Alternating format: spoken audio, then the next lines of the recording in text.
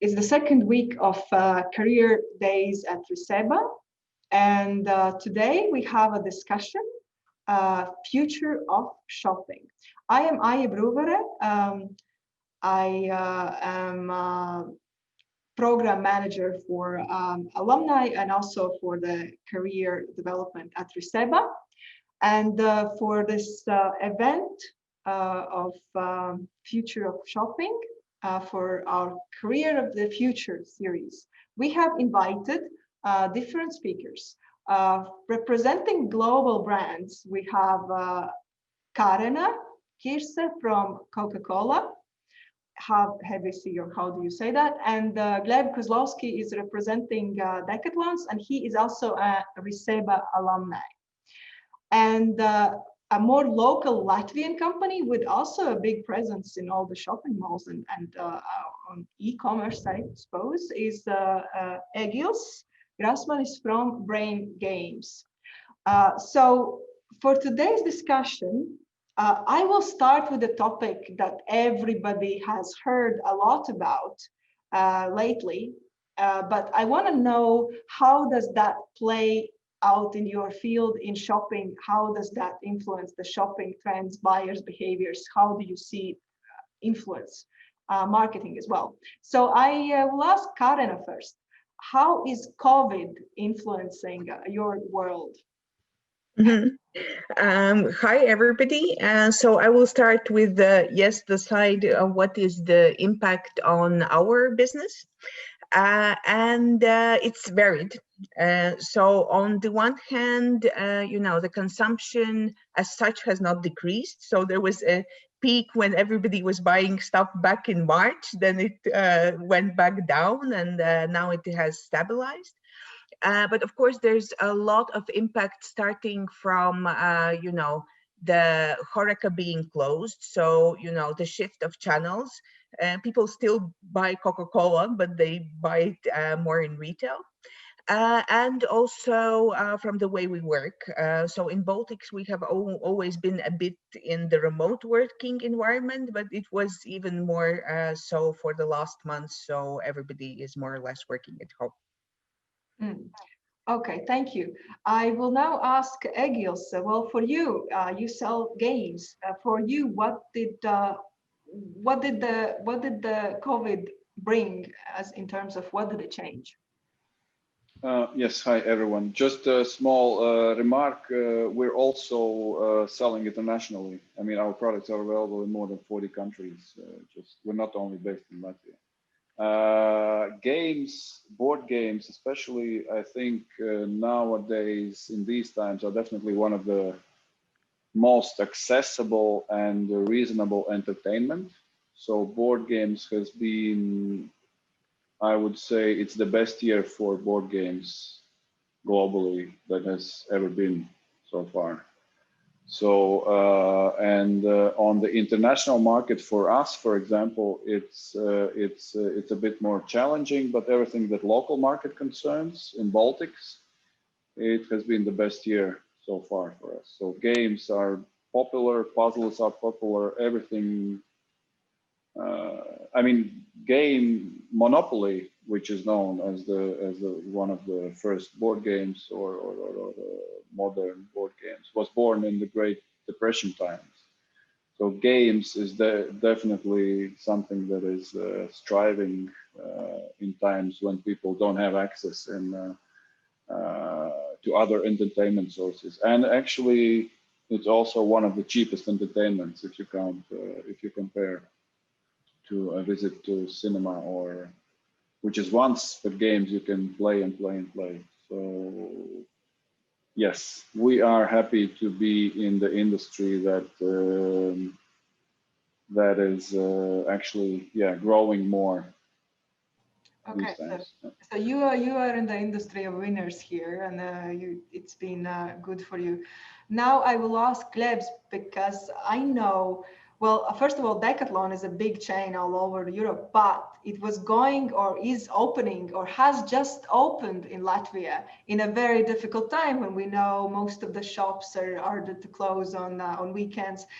how are you, dealing with this? And I know you also have electronic way of buying and selling products, but how has this COVID crisis been for you, and what does it mean for you? First of all, good afternoon to all and everyone. I would say, as you say, that we are both globally a global company and currently the Latvian branch as well. In terms of global COVID effect, I would say that we had two challenges, and we are still having these challenges. The first challenge is the huge attention to the e-commerce, and this is the challenge that we accepted, and that's actually the positive for Decathlon. And the second one is the outplacement of employees, and it was the challenge for all and each company for the entire world for this year. But so far as I'm informed, not a single person was outplaced due to the COVID from Decathlon for the entire year. As for the Decathlon in Latvia, I can say that yes, it's true. We have just opened. It's 1 week. It will be tomorrow, 1 week. And speaking of e-commerce, it's 19 times higher than we were expecting. So that's the effect of the COVID. We are doing our best to be as flexible as possible. It's a challenge, but we like the challenge. Okay, looking on the positive side. Now I will ask all of you, and maybe also start with Karena, about what are you seeing about your market, about shopping? What are the trends now that influence how people shop, the consumer behaviors, the shopper behaviors? What is it that you see from your perspective as a big brand? Mm-hmm. Yes, I think there's two parts to the answer. One is the consumer trends, and then there are shopping trends, which I think are linked to it to an extent. On the consumer trends, overall, Baltics was very high in one of the highest concerns of the inhabitants being health. I think in this year's situation, this is even going to increase. So health is becoming more and more important to the consumers. Secondly is the reality, which also I think is everywhere, which is that, home is becoming the new command central, where you eat, where you play, where you shop, where you work and live. So it is, of course, driving very rapidly the growth of e-commerce, e-services, and other things. And then somehow I think also with this year, the communities, the Facebook communities, the communities everywhere are growing stronger. So I think this is also an important trend, that you want to find this group you belong to, either locally or by interest. And this is something that I believe is booming. And also what Grames is representing and already said, so the entertainment is, part of the, stay-at-home culture, which is booming. And then shopping-wise, of course, what is growing very, very rapidly is e-commerce. So in Poland, there are even cases when you want to buy something in Warsaw from the food outlet, you can get a slot 1 month after you order. So I mean, the demand is totally outgrowing the possibilities. So it's been growing super fast. Then I think the trend, which is also a bit pre-COVID, but I think it will stay, is this on the go and convenient shopping. So people are on the run and they grab things on the way and so on. This is also why, Maxima and Rimi are opening these small express stores on the way. Also with COVID, we saw a bit like that, people were less maybe sometimes going to hypermarkets, going more to the closest stores. But also to an extent doing less shopping missions. So you don't want to be in the store every day anymore. And the third that I would mention is this specialty stores. I don't know, I see them booming in Latvia. So be it ecological products or, products without packaging, pop-up stores. So really something that has a strong concept and idea and belief behind it, I think this is also a segment that is developing very strongly. Yeah, I see quite many things, happening in from your perspective. I will ask Gleb next because your sort of market is sports, recreational, sort of that kind of market. What do you see as trends driving shoppers' behaviors and influencing how people shop and what they think? If we speak about the e-commerce, I can say that it's very, very interesting, especially for us in general, the situation. That I can say that customer, interesting to say, but it seems like they become more friendly. First of all, because they see that during the COVID, each company tried to be creative, and it means that everyone is creative and everyone is trying. Someone succeeds, someone doesn't succeed. So it's complicated. There are some troubles, but at least what I can state that customers become friendly. If they see some, let's say, errors, they are okay to say it. Not like it was 2 years ago when there is some, let's say, bug on the website. It's already 1-star rating and that's all. But it's more now to communicate with customers, especially during the beginning. We have this list of bugs, as all companies, I believe, have when they try to enter the market. And the second thing is, in general, once again, the popularity of the e-commerce and the conversion ratio. So it means, for those who doesn't know, when customer enters the web page, how many customers will make the purchase. And these numbers are growing and are growing for all the companies, I believe, right now. So we can say that when customers enter the web page, they spend more time on it. Neither it was 1, 2, 3 years ago. Yes. Okay, that's a good point for marketing perspective. And well, I will ask Egils from Brain Games. What do you think of the trends currently, being dominant in the market? Well, regarding e-commerce, of course, it has been a booming business also for us, both for our local market here in Baltics. For example, 2 days ago, the day before yesterday, we had a birthday and we had a discount campaign, and the number of orders we got in 6 hours is twice as large as the whole 2019 year together. So yes, e-commerce is definitely something. The trend or the challenge at the same time, it's for us, it is much more hard to introduce new products as the fairs and physical touch has always been a big part of how people get to know and experience the game. So the games that are selling are those that have been popular before COVID times. The best sellers sell even better. Regarding the consumer trends, board gaming as a hobby is spreading to more masses, and of course, people are looking for games that are simple to learn, fast to play, something that doesn't take too long, especially for those who haven't been maybe so familiar to board gaming. Yeah. My next question is, we also have some marketing students who are studying marketing course right now are joining, and also for all of you, marketing obviously is important.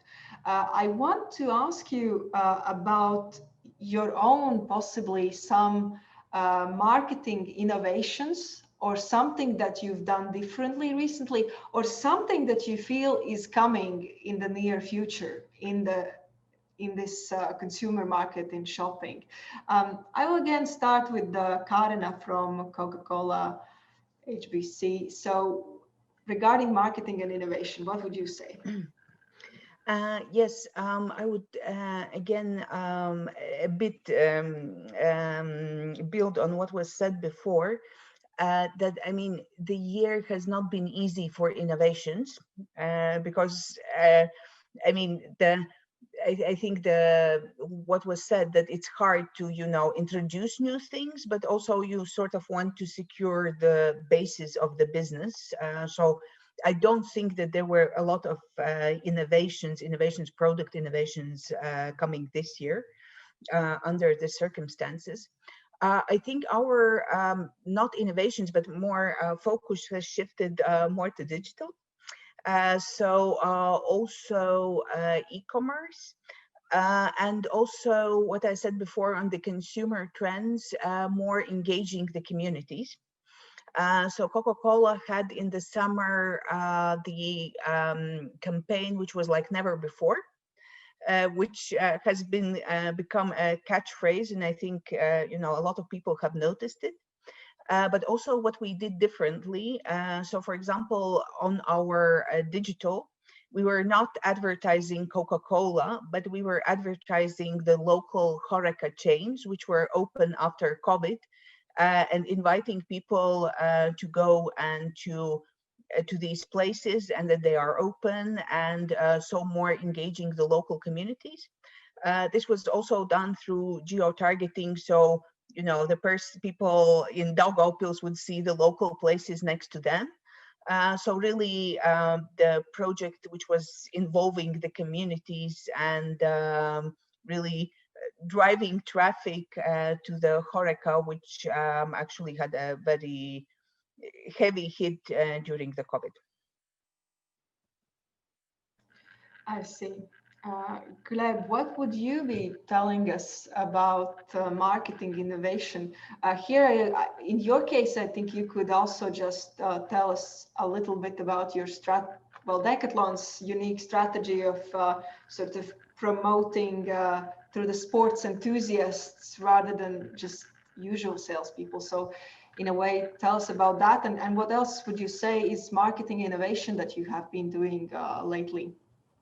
I would start with saying that Decathlon's motto is sports for all for sports. And the marketing innovation of Decathlon from the beginning was to using the oldest trick, to use the word of mouth as the marketing, let's say, strategy. So even in the very beginning, when the employees for Decathlon were hired, all of these staff were hired from, let's say, sport professionals, or from first people in the sport here in Latvia, from, let's say, some representative of Olympic team to some national team, and etc. So to have people responsible for sport, I mean sport departments, who is already, let's say, with hands-on approach in it. And the second approach in terms of marketing was to combine all other tricks to double check what was successful in different regions of the world in terms of Decathlon, let's say, ideas.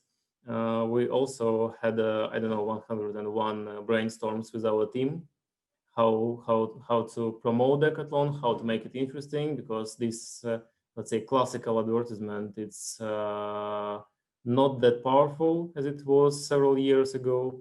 So as I told before, all the ideas were, let's say, innovative as the team could create it according to the, let's say, rules and the current situation in the country, because due to COVID, unfortunately, some group events are banned right now.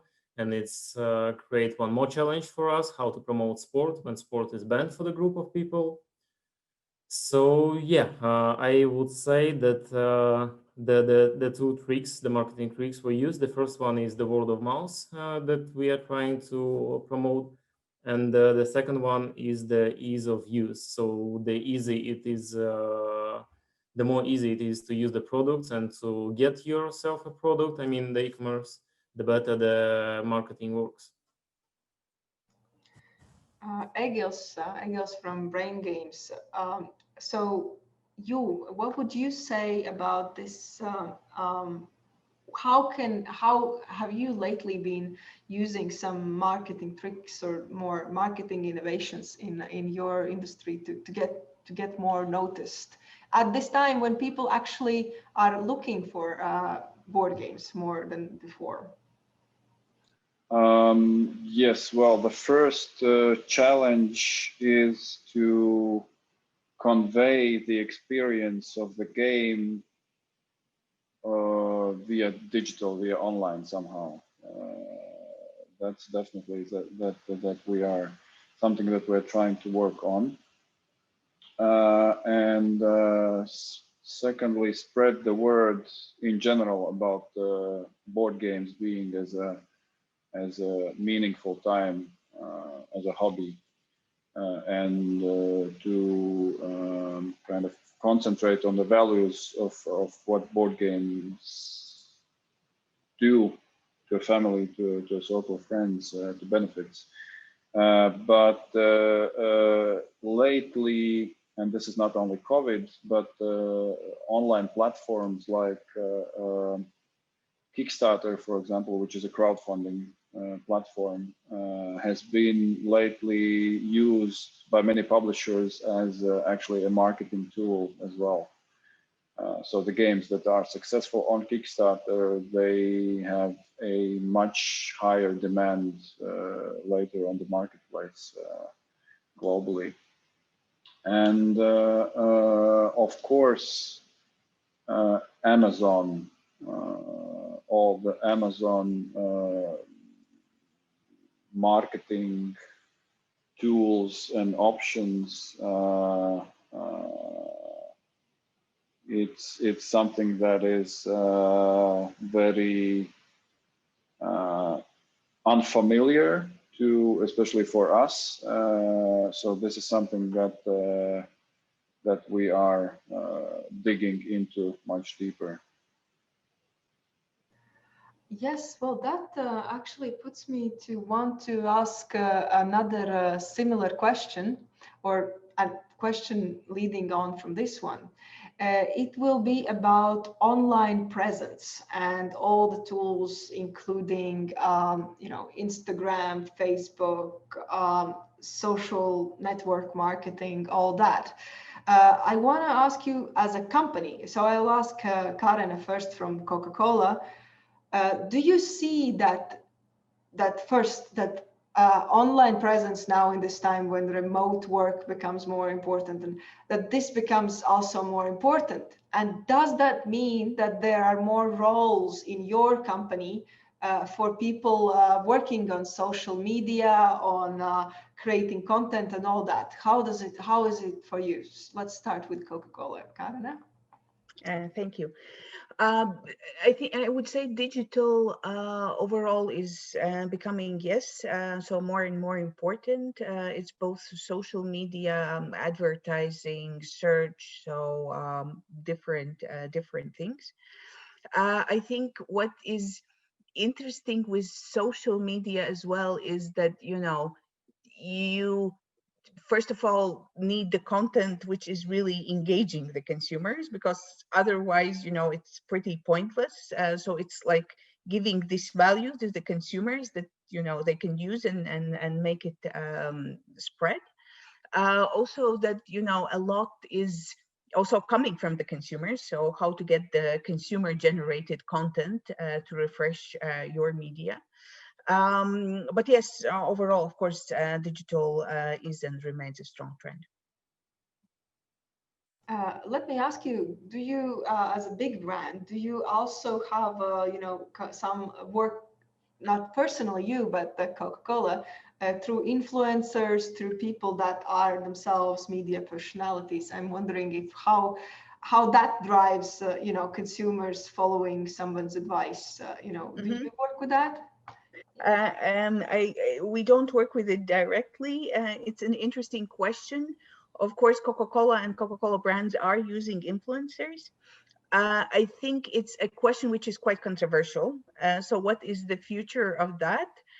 from the point of view of, I think there's a bit of scrutiny on the, influencers, that, their advice is really genuine versus, paid. And I think this is something that is under the discussion, and I think it's very interesting.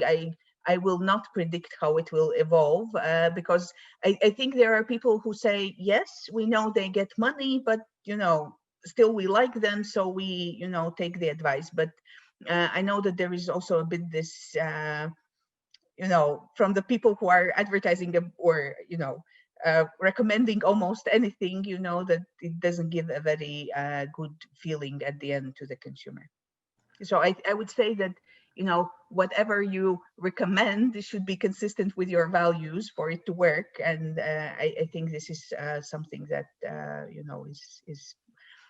is under development and in process. Thank you. Very good point. Actually, very good, important point on development on this field. Maybe it will run its course at some point, and then we get the documentary Social Dilemma, right? And how do we manipulate the attention? How do the big networks do that? So, but I have seen that also in Baltics. I mean, people are more and more putting that it is paid recommendation, that they are, putting a disclaimer on that, rather than saying, hey, everybody check out, there is this cool new thing, and then you are not clear where the person stands on that.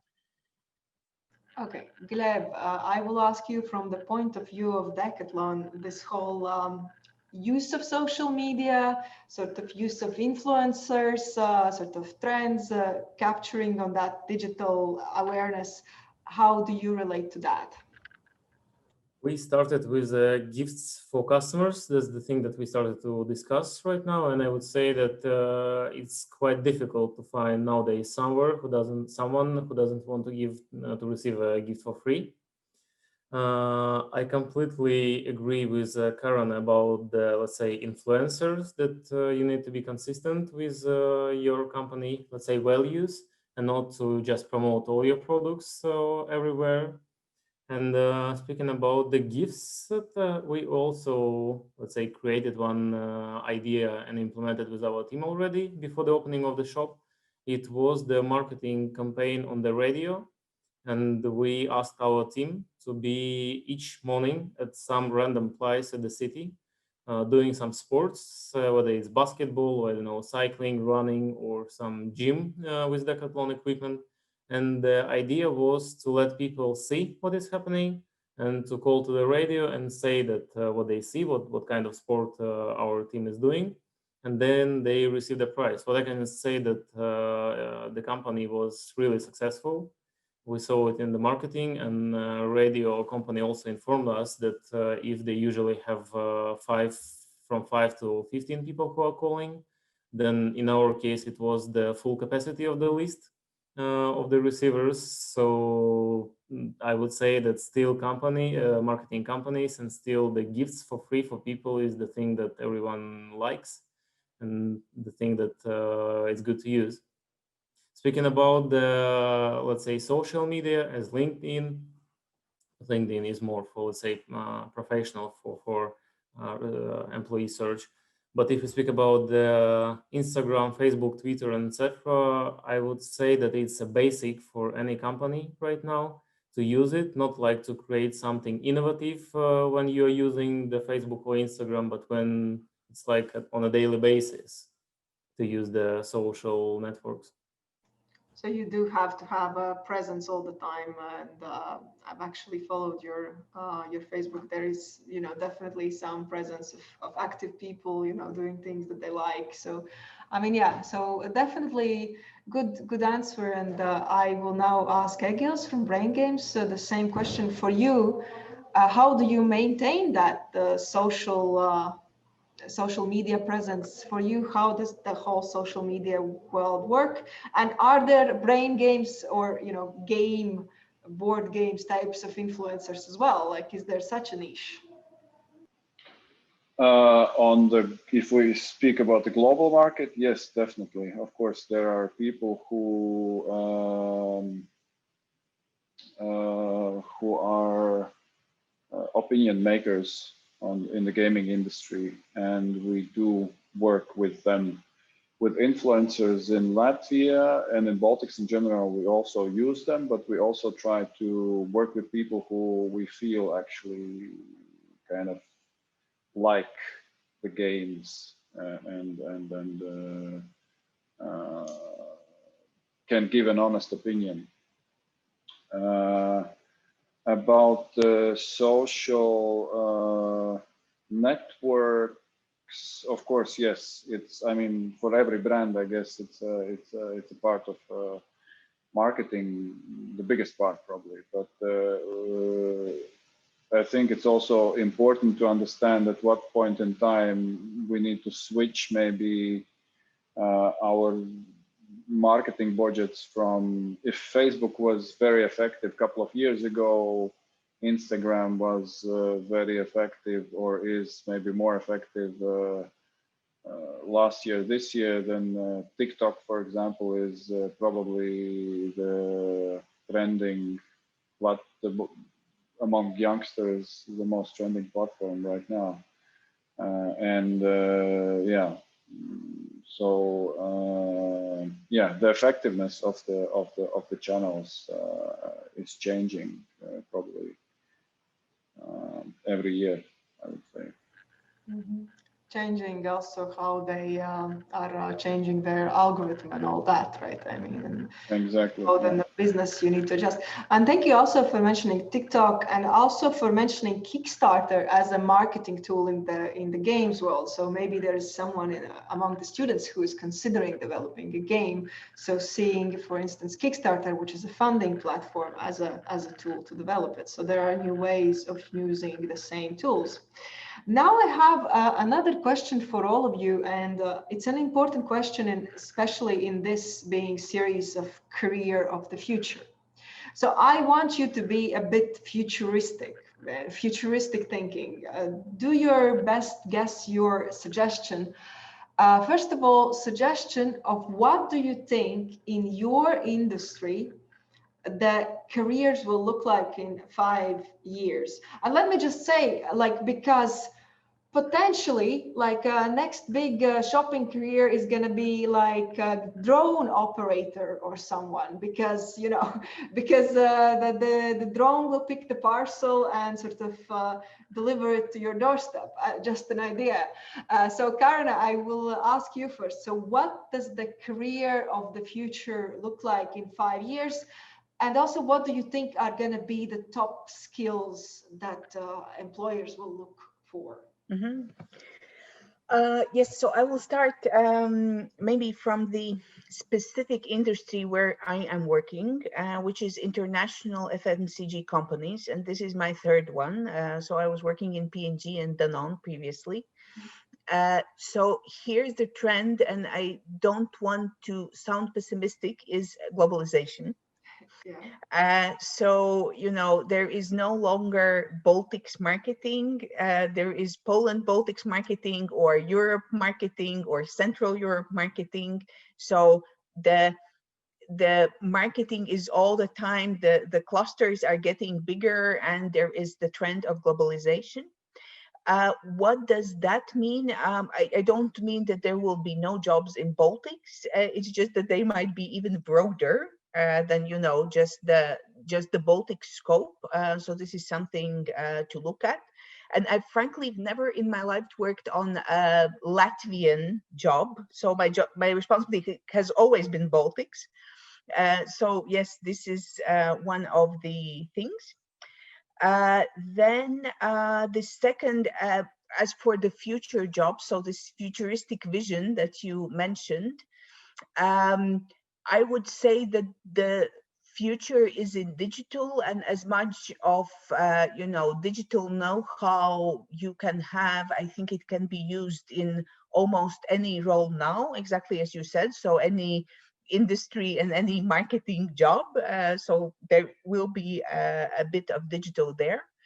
And the third thing, I think it's having this, I'm sorry if it's going to sound very, you know, very simplistic, but it's, you know, following what you believe in. So it goes back to having these trends and stores opening based on a concept.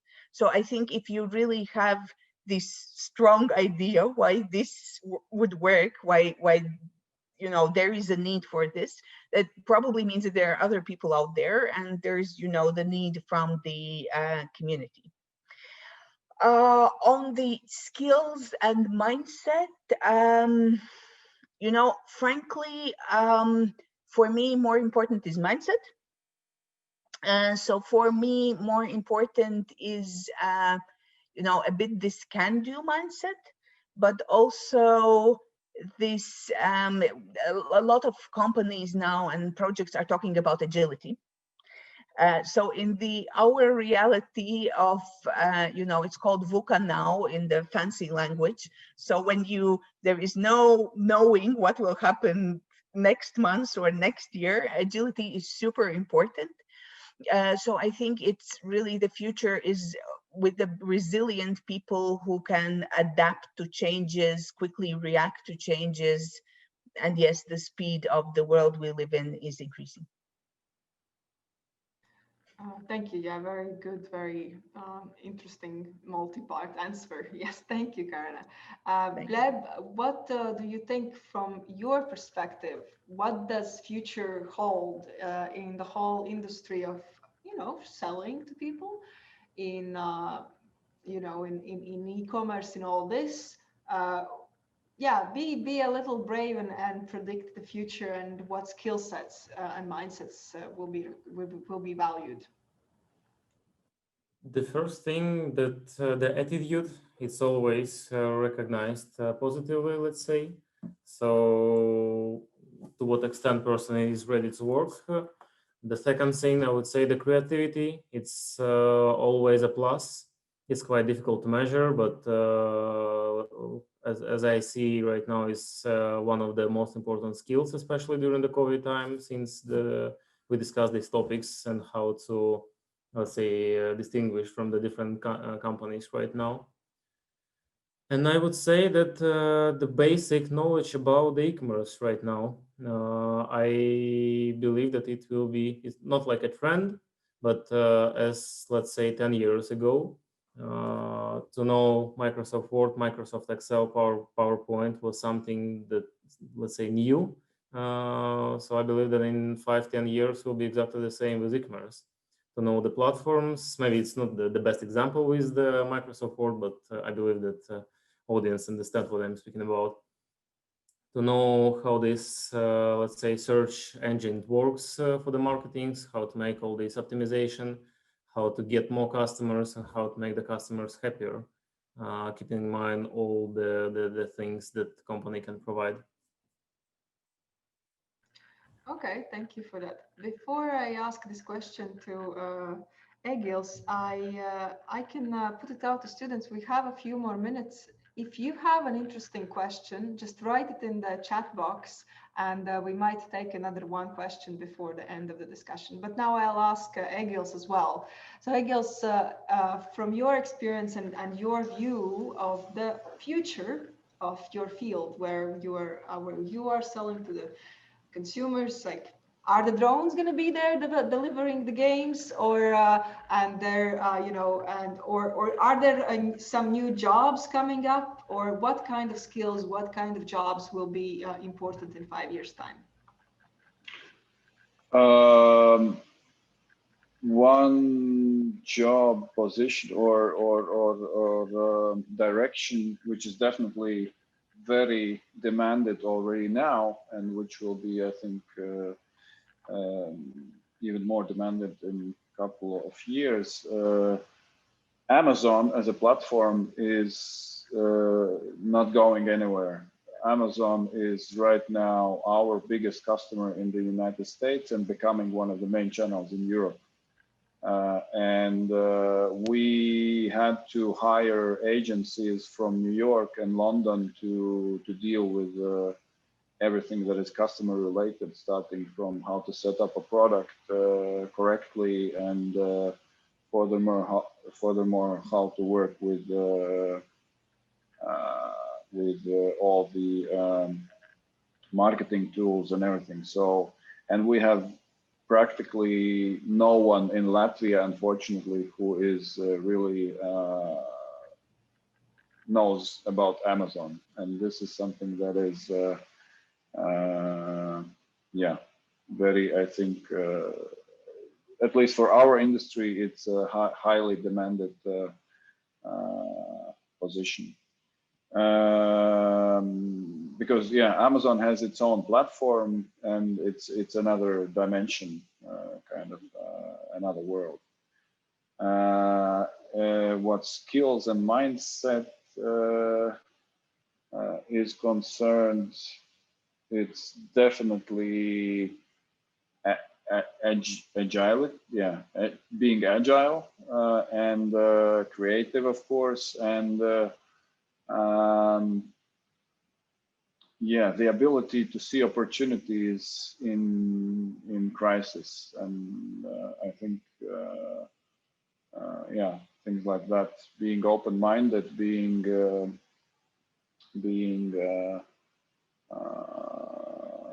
yeah, not afraid of problems, I think is definitely something that. Thank you. Yeah, very good answer. I have a question from students. I have so one quick question for everybody. It's a yes or no question. Do you use your own products? So Karena, you're from Coca-Cola. Do you use your own products? Yes, one of the reasons why I am in Coke, because it is my absolutely favorite brand and product ever, and I can't live a day without a Coke. So I am in the right place. I have also our water here. So yes, I use my own product.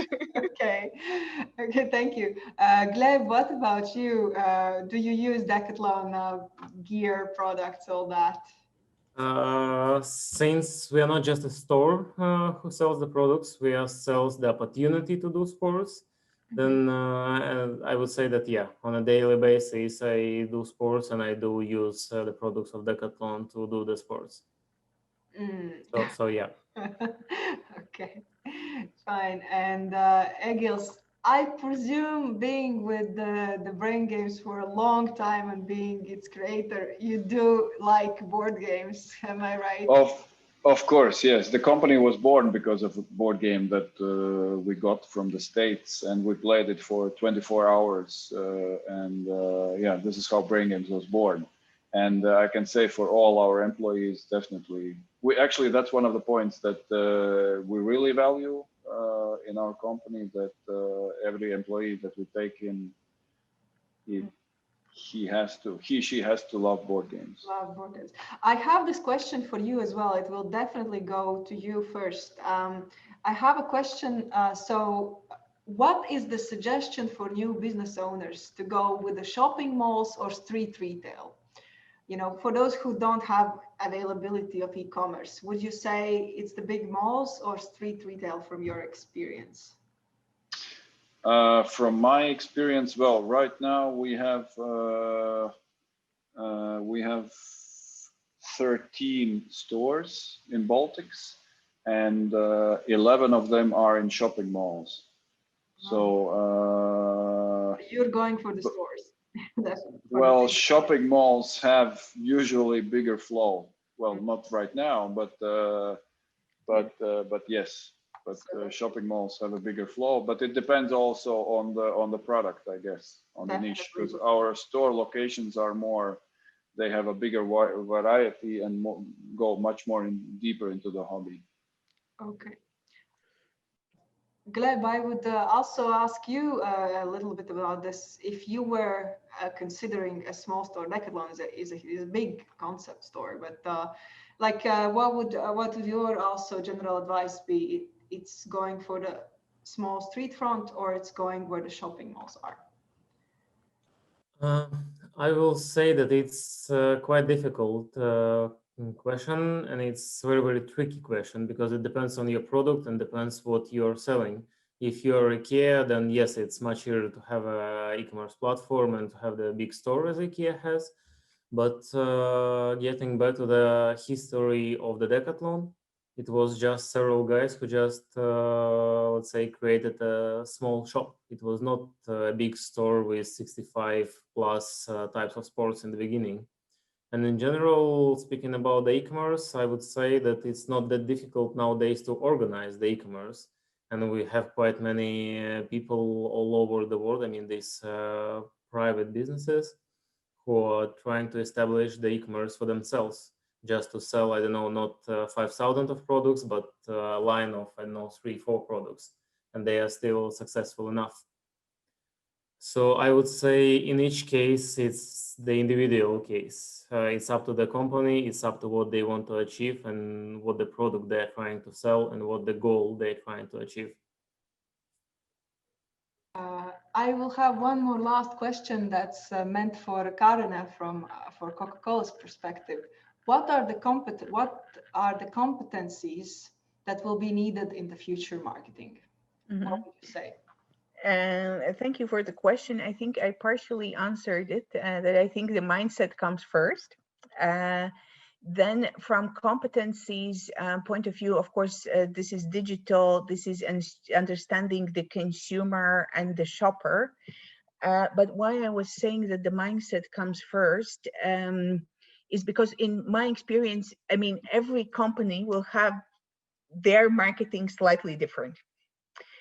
So there will be, again, the trainings and, you know, understanding the approach of that company. So this is anyway something you would learn on the job. So you need the, you know, the basic skill sets, but a lot, I think, is, you know, learned on the job. So for me, I can tell you frankly that in my team, I have, you know, hired people who have previously been working in finance, but they really, really wanted to work in marketing, and it worked out brilliantly. So I think it is, of course, the basic knowledge of the consumer, shopper, and digital is always great, but I think it is really the passion for the marketing that counts. Okay, I think with that positive note, with the passion comes first, I think we would also end discussion today. Thank you for the beautiful panel, for the very insightful and speakers who each represented their own a bit different kind of company, but all serving those who shop. And thank you for all the students who joined us today. And so this concludes today's discussion of Career of the Future. For the students, I really encourage you, in 1 week's time at 3:30, there is meeting with companies. About 10 companies want to meet you and tell about their vacancies and internship opportunities. This is where you should sign up for. Look in your email for it. If you can't find it, ask us on Facebook. But that's our big concluding event. And there are 4 more discussions coming up next week. So definitely sign up for those and join us again in Career of the Future. Thank you once again to the panelists. Thank you. Thanks a lot, guys. Yes, for being here, and thank you for the discussion. Thank you, everyone. Bye-bye. Thank you. Bye. Bye-bye.